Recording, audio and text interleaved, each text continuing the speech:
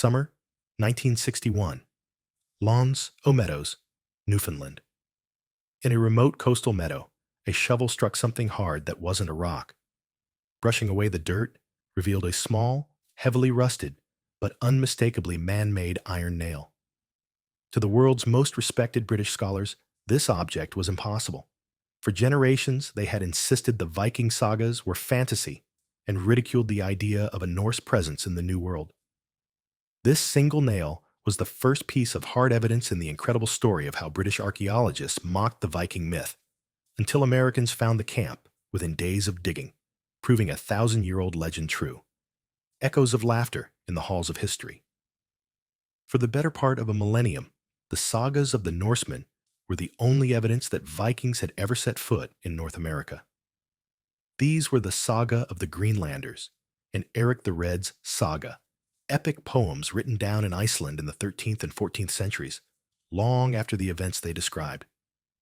They spoke of a time of legendary courage and exploration, a westward push across the treacherous North Atlantic that took Norsemen from Iceland to Greenland, and then into the great unknown. At the heart of these tales was Leif Erikson, son of the famously hot-tempered Eric the Red, who himself had established the Greenland colony after being exiled from Iceland. Around the year 1000, the sagas recount, Leif Erikson organized an expedition and sailed west from Greenland, discovering a new world. The land he found was a marvel, a stark contrast to the unforgiving ice of his home. These tales were rich with evocative detail that captured the imagination. They described a land of massive salmon, larger than any they had ever seen, teeming in the rivers. They spoke of a climate so mild that cattle could graze outdoors year-round, a shocking luxury for a people accustomed to long, brutal winters. Most famously, they told of wild grapes growing in such abundance that one of Ericsson's men, a German named Turker, fell into a drunken ecstasy upon finding them. Ericsson named this paradise Vinland, the land of wine. To the scholars of the 19th and early 20th centuries, particularly within the esteemed and deeply traditional halls of British academia, this all sounded a bit too good to be true. It read like a fantasy, a work of promotional fiction. The skepticism in the room of global history was palpable and had been for generations. The prevailing view was that the sagas were foundational myths, much like the tales of King Arthur and his knights, culturally important, certainly, a cornerstone of Scandinavian identity, but not to be mistaken for literal history. They were seen as a blend of ancestral memory, poetic license, and wishful thinking, composed to entertain chieftains in smoky longhouses on long winter nights. Prominent historians were among the most articulate doubters. The influential Welsh scholar Gwyn Jones, in his seminal 1964 work, The Norse Atlantic Saga, acknowledged their literary merit, but cautioned against taking them as gospel. He and others argued that while the sagas might contain a kernel of truth about westward exploration, the descriptions were likely exaggerated accounts of voyages to known lands or perhaps brief, inconsequential landings that left no trace. More troubling to him and the academic establishment was the complete and utter lack of physical evidence. For a people as impactful as the Vikings, who left their mark across Europe from the rivers of Russia to the fields of England, their alleged presence in North America was eerily silent. There were no rune stones bearing cryptic messages, no burial mounds holding the bones of ancient warriors, no collapsed longhouse foundations, no discarded tools or broken pots. Nothing. For 900 years, not one single, solitary, verifiable Norse artifact had ever been found in the soil of the New World. This total absence of proof became a fortress of academic certainty. Any amateur historian or enthusiast who pointed to the sagas was gently, and sometimes not so gently, dismissed as a romantic or a crank. The arguments against them were logical and powerful. Firstly, the sagas were wildly inconsistent. The saga of the Greenlanders credits Leif Erikson with the discovery, while Eric the Red's saga gives the honor to a merchant named Thorfinn Karlsefni. The order of events, the names of the leaders, the duration of the stays, all of these details shifted between the two texts. This suggested the fallibility of a long oral tradition, rather than the precision of a historical record. Secondly, the seemingly clear description of Vinland led everyone on a wild goose chase. Wild grapes? That sounded more like New England, perhaps as far south as Cape Cod in Massachusetts, or even Rhode Island. For decades, hopeful searchers scoured the New England coast. They pointed to mysterious local oddities, like the Newport Tower in Rhode Island, a stone structure some claimed was built by Vikings, a theory soundly debunked by archaeologists who dated it to the 17th century. They latched onto every supposed runestone that was unearthed, most famously the Kensington runestone from Minnesota, which was ultimately proven to be a 19th century hoax. This string of failures and frauds only served to reinforce the British academic consensus. The Vinland story was a magnificent myth. The impossible was just that, impossible. Into this deeply entrenched world of academic skepticism stepped a man who was not a professional archaeologist or university historian. He was a Norwegian explorer, lawyer, and adventurer named Helge Ingstad. Ingstad was an outsider, a man who had lived with trappers in northern Canada and governed remote Arctic islands. He possessed a profound respect for the sagas, viewing them not as poems, but as practical navigational guides passed down by generations of the world's finest sailors.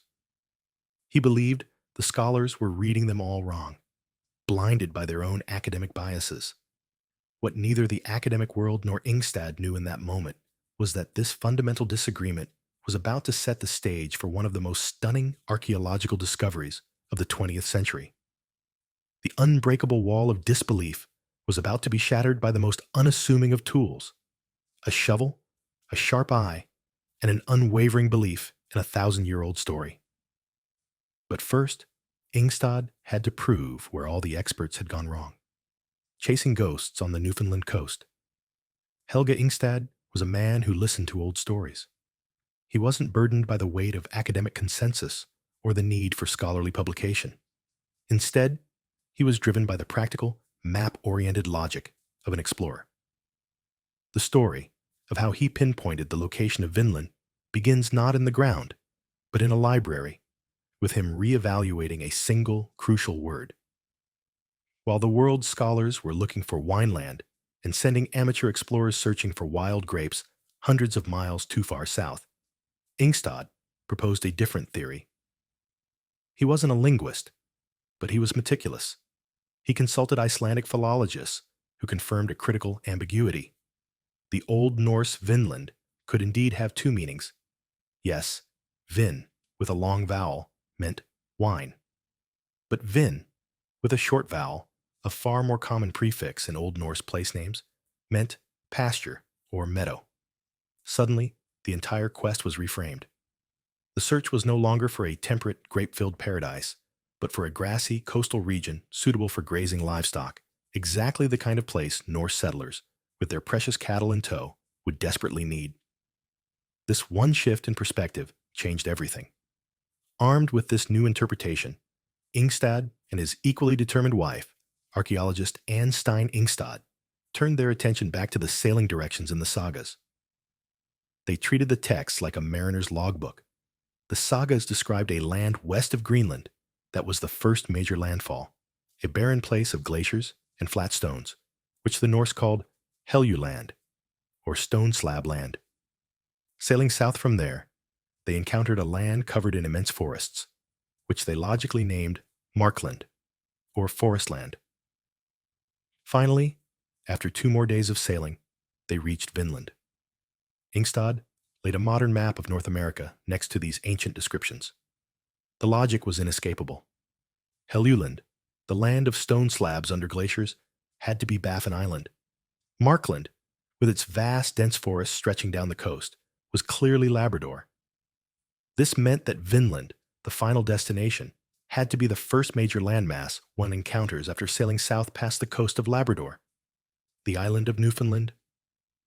For years, this theory was just that, a theory, compelling on paper, but lacking a single ounce of physical proof. In the spring of 1960, the Ingstads began their quest in earnest. They didn't have a massive grant from a university or the backing of a national museum. It was a personal obsession funded by book royalties and a deep-seated belief they were right. Their method was simple and direct. They bought a small, sturdy boat and sailed along the rugged, windswept coast of northern Newfoundland, a coastline dotted with tiny, isolated fishing outposts known as outports. At each stop, they would go ashore and ask the locals a simple question. Did they know of any strange ruins, old groundworks, or fairy mounds in the area? For weeks, the answer was the same. A shake of the head, a friendly but unhelpful suggestion to ask in the next harbor. They were chasing a ghost, and the summer was slipping away. The frustration must have been immense. Their luck was about to turn in the tiny, remote village of Meadows, a French name meaning the Bay of the Meadows. The name itself was a stunning, almost unbelievable coincidence. Here, a local fisherman named George Decker listened patiently to Ingstad's now well-rehearsed questions. He thought for a moment, then mentioned a place a few miles away, at a spot the locals called Black Duck Brook. There, he said, were a series of overgrown bumps and hollows in the ground. They were old and strange, he added, nothing like the traditional fishing stages or root cellars in the area. Everyone just assumed it was an old camp left by the indigenous peoples, the Beothuk. The moment the Ingstads saw the site, their hearts must have pounded in their chests. Sprawled across a wide, grassy marine terrace overlooking the bay were a series of low, turf-covered ridges. They were faint, their sharp edges softened by 1,000 winters, almost swallowed by the landscape. But their shapes were unnervingly geometric. They didn't look like natural formations. They looked like the collapsed remains of ancient buildings. Anne Stein, with her trained archaeologist's eye, recognized the potential immediately. The layout, several large halls with smaller outbuildings, was strikingly reminiscent of Norse farmsteads she had excavated in Greenland. The impossible was about to become tangible. In the summer of 1961, the first official excavation began. This is where the story of the discovery's speed takes hold. It wasn't a matter of years of fruitless searching. The confirmation came with shocking speed. Within just a few days of carefully slicing into the turf, Anne Stein's team uncovered a stone-lined ember pit, a small, sunken hearth designed to keep embers glowing overnight, identical in form and function to those found in Norse ruins in Greenland. Soon after, they found the clear outlines of thick turf walls, forming a massive, multi-roomed longhouse, over 70 feet long and 55 feet wide. The skepticism from the British establishment and the wider academic world was still immense. But the ground at Meadows was quickly giving up secrets that could not be ignored. What they would find next would be the final, irrefutable proof, a piece of evidence so conclusive it would echo through the halls of history and silence the doubters for good. Evidence that ended a 1,000-year debate. The story of the Meadows excavation is a masterclass in how a few specific artifacts can completely overturn centuries of accepted history. While the clear outlines of the Norse-style longhouses were powerful circumstantial evidence, the most hardened critics could still argue they were a coincidence, or perhaps a strange, undocumented form of indigenous architecture. The Ingstads and the growing team of international archaeologists, including Americans and Canadians who were drawn to the electrifying news from Newfoundland, needed something definitive. They needed an object, or a process, that could only have come from one place and one people. They found it in the remains of a small, partially sunken hut located near the edge of the brook. It was a forge, a place of fire, metal, and industry. And it was a discovery that would change everything. The significance of this find cannot be overstated. Inside the collapsed turf walls of the small hut, they found a large, flat-bottomed stone that had been used as an anvil. They found a shallow pit filled with charcoal, the remnants of a charcoal kiln used to produce the high-temperature fuel needed for smithing. And most critically, they found more than 20 pounds of iron slag, the stony, glass-like waste matter that is separated from metal during the smelting of ore. Along with this slag, they unearthed dozens of small, heavily corroded, but still identifiable wrought iron nails and rivets, This was the smoking gun. The indigenous peoples of Newfoundland at that time, the ancestors of the Beothuk, were a Stone Age culture. They were skilled hunters and craftsmen, but they did not have the technology to mine ore, build a furnace that could reach over 2,000 degrees Fahrenheit, and smelt iron. This was unequivocally European technology. Further analysis revealed that the iron was processed from local bog iron, a renewable source of iron ore that forms in the muck of swamps and bogs. This was a technique the Vikings had mastered in their homeland, a crucial skill for a seafaring people. Their magnificent longships were held together by thousands of iron rivets. The 3,000-mile journey across the storm-tossed North Atlantic would have inevitably damaged their vessels, loosening planks and shearing rivets. The ability to make new iron nails for repair wasn't a luxury, it was a matter of survival. The forge proved, beyond any doubt, that people with old-world iron-making skills had lived and worked on that very spot.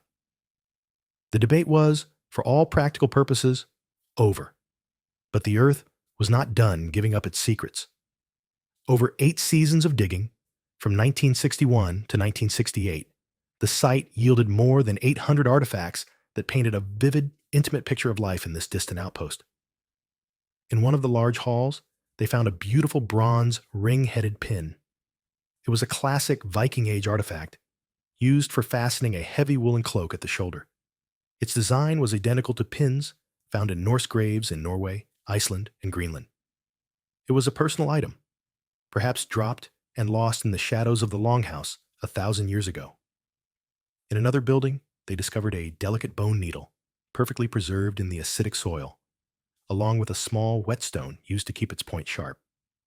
These were tools for mending clothes, and, just as importantly, for repairing the massive woolen sails that powered their ships. They even found a small carved soapstone lamp, which would have burned seal or whale oil to cast a flickering light against the long, dark Canadian winter. What neither the public nor the experts knew in that moment of discovery was how one small, unassuming artifact would add an entirely new and profoundly human dimension to the story. That artifact was a spindle whorl. Carved from soapstone, it was a small, flywheel-like disc, about 1.5 inches across, with a hole drilled through the center. When fitted to a wooden spindle, it provided the momentum to spin raw sheep's wool into yarn. In Norse society, spinning was exclusively women's work. This tiny object, no bigger than $0.50, was profound. It was concrete proof that this was not just a temporary camp for male sailors or a military outpost for Viking warriors. Women were here. Families were here. This was a genuine attempt at colonization, a bid to plant a new Norse community in a new world. The saga's tales of women, like Leif's sister-in-law, Gudrid, accompanying the men on the voyage to Vineland, were suddenly transformed from folklore into fact. Then came another piece of botanical evidence that was just as stunning as the iron. Among the Norse layers, archaeologists found several butternuts and pieces of butternut burl wood. The amazing thing, as confirmed by botanists, is that butternut trees do not grow in Newfoundland. Their native habitat is hundreds of miles further south and west, in the milder climate of the St. Lawrence River Valley and present-day New Brunswick. This proved that the settlers at Meadows were using the site as a base camp, a gateway to the new continent. From there, they were launching further expeditions, exploring deeper into this vast new land, just as the sagas described. They were gathering resources, in this case, a valuable hardwood and an edible nut, and bringing them back to their main settlement. The evidence was no longer a trickle. It was a flood, washing away the foundations of the old historical narrative. The artifacts were undeniable, but the unforgiving judgment of modern science was about to deliver the final verdict, a date so precise it would seem to be plucked from the pages of the sagas themselves, when carbon and starlight aligned. The mountain of physical evidence from Meadows, the forge, the longhouses, the distinctly Norse artifacts, was overwhelming. But to truly silence the few remaining, deeply entrenched critics and officially rewrite the history books, the team needed a date.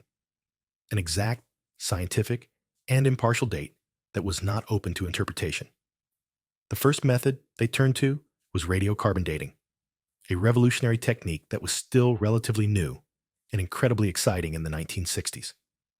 The process, in simple terms, measures the decay of a radioactive isotope, carbon-14, which all living organisms absorb during their lives. When an organism perishes, it stops absorbing carbon-14, and the isotope begins to decay at a predictable rate. By measuring the amount of carbon-14 remaining in a sample of wood or bone, scientists could calculate how long ago it had perished. Samples of charcoal from the hearths, wood fragments from the turf walls, and discarded animal bones were carefully collected from the Norse layers and sent to the world's top laboratories for analysis. When the results came back, they were a perfect match for the timeline laid out in the sagas. The materials were consistently dated to a range between the years 990 and 1050 AD. Leif Erikson's famed voyage was said to have occurred around the year 1002. The science had confirmed the timeline of the myth with stunning accuracy. The window of occupation was squarely in the Viking Age. The excavations continued through the 1970s under the expert guidance of Parks Canada, with archaeologist Birgitta Wallace taking a leading role. Her decades of meticulous work at the site would make her one of the world's foremost experts on the Norse in North America. Alongside the Canadian efforts, American teams made crucial contributions that solidified the discovery's importance. Archaeologist Elmer Harp from Dartmouth College conducted parallel excavations in the region, helping to piece together the broader context of the Norse presence and their interactions with the Dorset and Beothuk indigenous populations. The involvement of these North American institutions brought a new level of scientific rigor and resources to the project. Their meticulous methods and published findings in respected American academic journals validated everything the Ingstads had first uncovered. More importantly, it was this American and Canadian scholarship that began to broadcast the importance of the discovery to a global audience, lending it a weight and credibility that a lone Norwegian adventurer might have struggled to achieve. But the story of dating the site doesn't end there. In a stunning display of modern science that would have seemed like outright magic to the Ingstads, researchers in the 21st century were able to pinpoint the exact year the Vikings were cutting down trees at Meadows. The technique was not based on simple decay, but on a cosmic event. Scientists had previously identified a massive, invisible solar storm that bathed the entire Earth in a shower of high-energy particles in the year 993 AD. This rare event, known as a Miyake event, left a distinct and unmistakable spike of carbon-14 in the atmosphere, a signature that was absorbed by every living tree on the planet in its tree ring for that specific year. It was a cosmic timestamp, a permanent mark in the planet's history. By analyzing several wooden artifacts from the Norse settlement, researchers at the University of Groningen found that telltale signature from the solar storm. From that specific ring, they could simply count the subsequent rings outward to the bark edge. The result, published in the journal Nature in 2021, was astonishing. The trees used to build and maintain the settlement had been felled in the year 1021 AD. The human element of this achievement deserves emphasis. A 1,000-year-old story was now dated to a single, unambiguous year. The legacy of this discovery was ultimately cemented in the United States. In the year 2000, the Smithsonian Institution in Washington, D.C., launched a landmark exhibit called Vikings, the North Atlantic Saga. This was not a small, local museum display. This was a major international exhibition at one of the most prestigious museums in the world. It featured many of the key artifacts from Meadows, the pin, the spindle whorl, the iron nails, alongside stunning reconstructions of Viking life. Millions of Americans saw the exhibit, and popular publications like National Geographic ran cover stories that brought the windswept meadows of Newfoundland into living rooms across the country.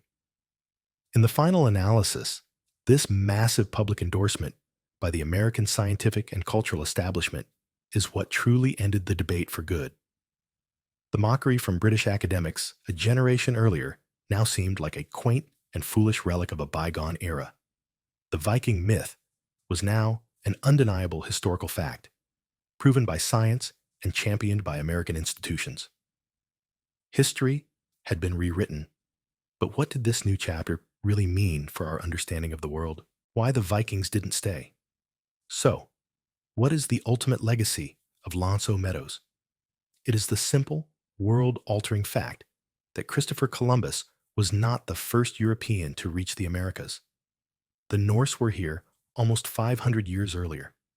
This discovery didn't just add a new footnote to history, it ripped out a foundational page of the established narrative and forced us to start again. It revealed that the Atlantic Ocean, long seen as an impassable barrier, was in fact a highway for one of the most advanced maritime cultures of the age. It proved that contact between the old and new worlds began a full millennium ago, a quiet, brief encounter that was lost to memory for nearly all of history. For those of us watching today, it's easy to wonder if a discovery like this happens overnight. Does the truth just appear fully formed? The thing is, the story of Meadows shows that it takes decades of painstaking work, from the Ingstad's initial hunch to the final, definitive scientific dating, to overturn a belief held for 5 centuries. But the discovery also raises a tantalizing and crucial question. If the Vikings made it here, establishing a camp with workshops and families, why didn't they stay? The archaeological evidence is clear that the settlement at Meadows was occupied for only a short period, likely no more than a decade or two at most. It was a base, a foothold, but it never grew into a permanent, self-sustaining colony like those in Greenland or Iceland. The answer, once again, lies buried within the sagas. The texts speak of tense and ultimately hostile encounters with the native inhabitants of this new land, whom the Norse called skraelings, a term that likely translates to wearers of skins. The sagas describe initial attempts at trade quickly souring into suspicion and then open conflict, leading to casualties on both sides. One story recounts the Norse being driven back to their ships by a hail of projectiles from the skraelings. Unlike the European explorers who arrived 5 centuries later with the overwhelming advantages of steel armor, firearms, and, most devastatingly, immunity to a host of old-world diseases, the Vikings were a small band. The settlement likely held no more than 100 people at its peak, and they were situated at the end of a terrifyingly long and fragile supply line. They were thousands of miles from any meaningful support. In this new land, they were vastly outnumbered. In the end, the sagas suggest the constant threat of conflict and the sheer difficulty of maintaining the settlement so far from home led them to a pragmatic decision. They chose to leave.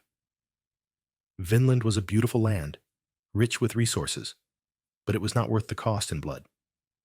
Meadows is now a UNESCO World Heritage Site, a protected monument to this incredible chapter in human exploration.